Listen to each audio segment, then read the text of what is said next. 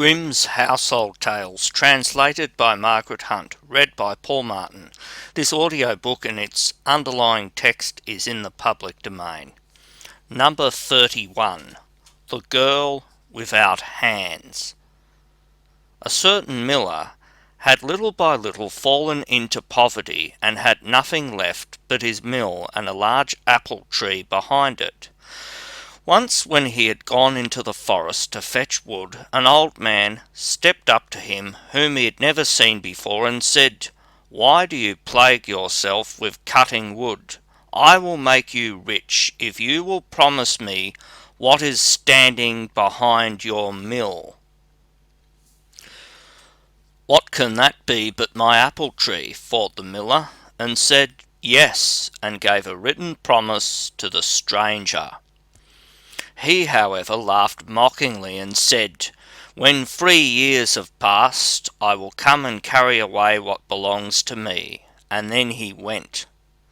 When the miller got home, his wife came to meet him and said, "Tell me, miller, from where comes this sudden wealth into our house? All at once every box and chest was filled. No one brought it in, and I know not how it happened." He answered, "It comes from a stranger who met me in the forest and promised me great treasure. I, in return, have promised him what stands behind the mill. We can very well give him the big apple tree for it." "Ah, husband," said the terrified wife, "that must have been the devil. He did not mean the apple tree, but our daughter who was standing behind the mill sweeping the yard."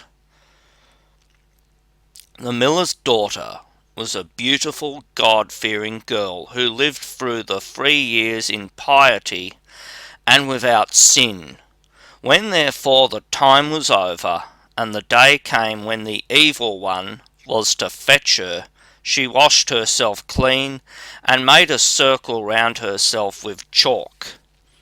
The devil appeared quite early, but he could not come near her.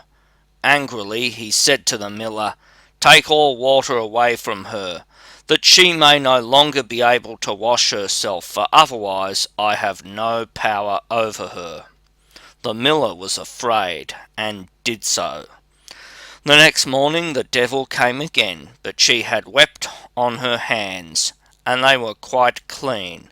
Again he could not get near her, and furiously said to the miller, "Cut her hands off, or else I cannot get the better of her."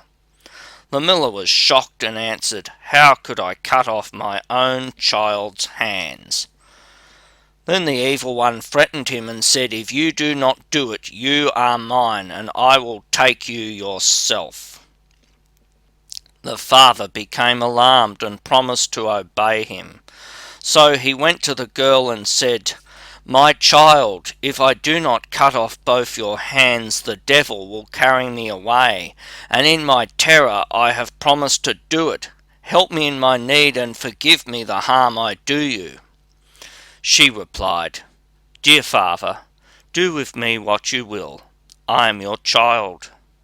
Thereupon she laid both her hands and let them be cut off. The devil came for a third time, but she had wept so long and so much on the stumps that after all they were quite clean. Then he had to give in and had lost all right over her. The miller said to her, "Because of you I've received such great wealth that I will keep you most delicately as long as you live." But she replied, "Here I cannot stay. I will go forth. Compassionate people will give me as much as I require." Thereupon she had her maimed arms bound to her back, and by sunrise she set out on her way and walked the whole day until night fell. Then she came to a royal garden, and by the shimmering of the moon she saw that trees covered with beautiful fruits grew in it, and she could not enter, for there was much water round about it.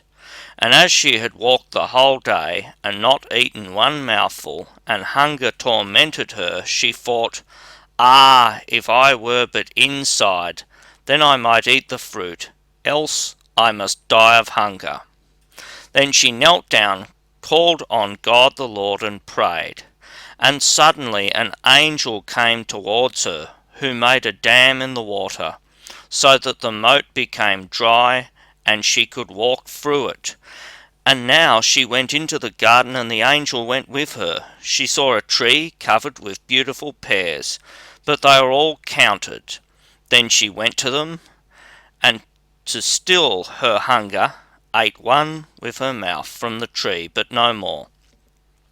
The gardener was watching, but as the angel was standing by, he was afraid and thought the maiden was a spirit, and was silent. Neither did he dare cry out or to speak to the spirit. When she had eaten the pear, she was satisfied, and went and concealed herself among the bushes. The king, to whom the garden belonged, came down to it the next morning, and counted, and saw that one of the pears was missing, and asked the gardener what had become of it, as it was not lying beneath the tree, but was gone. Then answered the gardener, "Last night a spirit came in, who had no hands, and ate off one of the pears with its mouth." The spirit said, "How did the spirit get over the water, and where did it go after it had eaten the pear?" The gardener answered, "Someone from heaven came in a snow-white garment, and made a dam, and kept back the water, and the spirit might walk through the moat. And as it must have been an angel, I was afraid, and asked no questions, and did not cry out. When the spirit had eaten the pear, it went back again."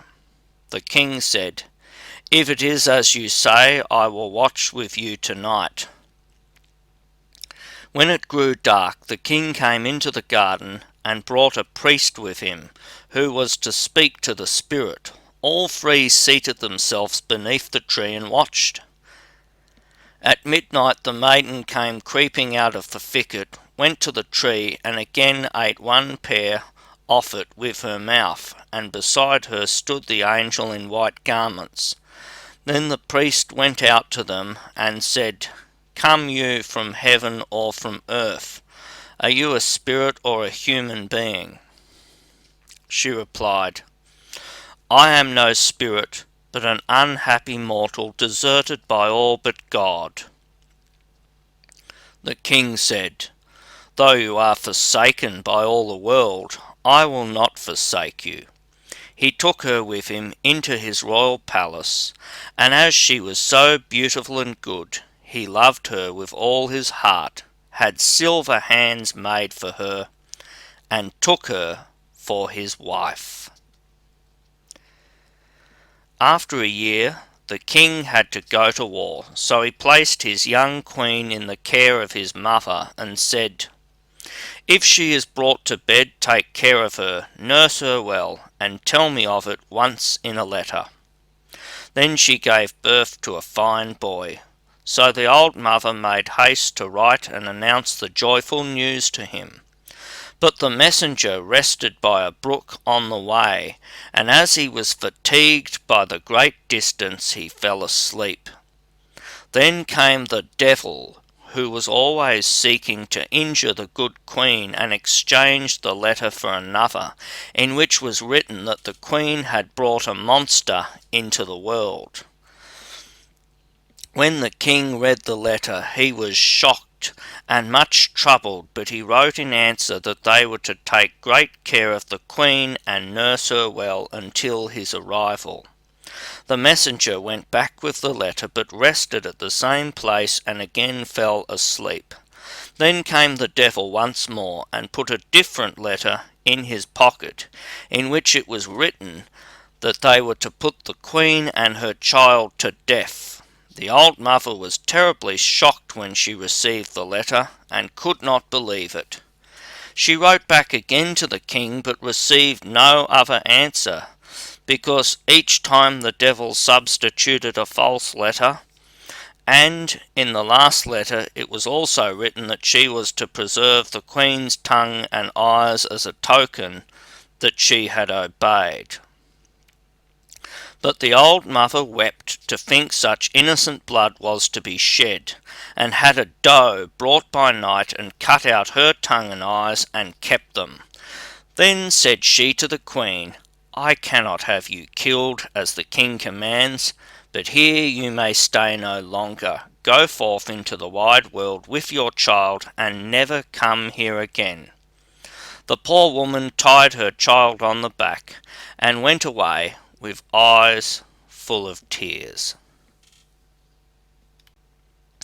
She came into a great wild forest, and then she fell on her knees and prayed to God, and the angel of the Lord appeared to her and led her to a little house on which was a sign with the words, Here all dwell free. A snow-white maiden came out of the little house and said, Welcome, Lady Queen, and led her inside. Then they unbound the little boy from her back, and held him to her breast that he might feed, and laid him in a beautifully made little bed. Then said the poor woman, How do you know that I was a queen? The white maiden answered, I am an angel sent by God to watch over you and your child. The queen stayed 7 years in the little house, and was well cared for, and by God's grace, because of her piety, her hands, which had been cut off, grew once more. At last the king came home again from the war, and his first wish was to see his wife and the child. Then his aged mother began to weep and said, You wicked man, why did you write to me that I was to take those 2 innocent lives? And she showed him the 2 letters which the evil one had forged, and then continued, I did as you bade me. And she showed the tokens, the tongue and eyes. Then the king began to weep for his poor wife and his little son so much more bitterly than she was doing, that the aged mother had compassion on him and said, Be at peace, she still lives. I secretly had a doe killed, and took these tokens from it. But I bound the child to your wife's back, and bade her go forth into the wide world, and made her promise never to come back here again, because you were so angry with her. Then spoke the king, I will go as far as the sky is blue, and will neither eat nor drink until I have found again my dear wife and my child, if in the meantime they have not been killed or died of hunger. Thereupon the king travelled about for 7 long years, and sought her in every cleft of the rocks and in every cave, but he did not find her, and thought she had died of want. During the whole of this time he neither ate nor drank, but God supported him. At length he came into a great forest, and found therein a little house whose sign was, Here all dwell free. Then forth came the white maiden, took him by the hand, led him in, and said, Welcome, Lord King, and asked him from where he came. He answered, I have travelled about for the space of 7 years, and I seek my wife and her child, but cannot find them. The angel offered him meat and drink, but he did not take any, and only wished to rest a little. Then he lay down to sleep, and put a handkerchief over his face. Thereupon the angel went into the chamber where the queen sat with her son, whom she usually called Sorrowful, and said to her, Go out with your child, your husband has come. So she went to the place where he lay, and the handkerchief fell from his face. Then said she, Sorrowful, pick up your father's handkerchief, and cover his face again. The child picked it up, and put it over his face again. The king in his sleep heard what passed, and had pleasure in letting the handkerchief fall once more. But the child grew impatient, and said, Dear mother, how can I cover my father's face when I have no father in this world? I have learnt to say the prayer, Our Father, which art in heaven. You have told me that my Father was in heaven, and was the good God, and how can I recognize a wild man like this? He is not my father." When the king heard that, he got up and asked who they were. Then said she, "I am your wife, and that is your son, Sorrowful." And he saw her living hands, and said, "My wife had silver hands." She answered, "The good God has caused my natural hands to grow again." And the angel went into the inner room and brought the silver hands and showed them to him. Then he knew for a certainty that it was his dear wife and his dear child, and he kissed them and was glad, and said, "A heavy stone has fallen from off my heart." Then the angel of God gave them one meal with her, and after that they went home to the king's aged mother. There were great rejoicings everywhere, and the king and queen were married again, and lived contentedly to their happy end.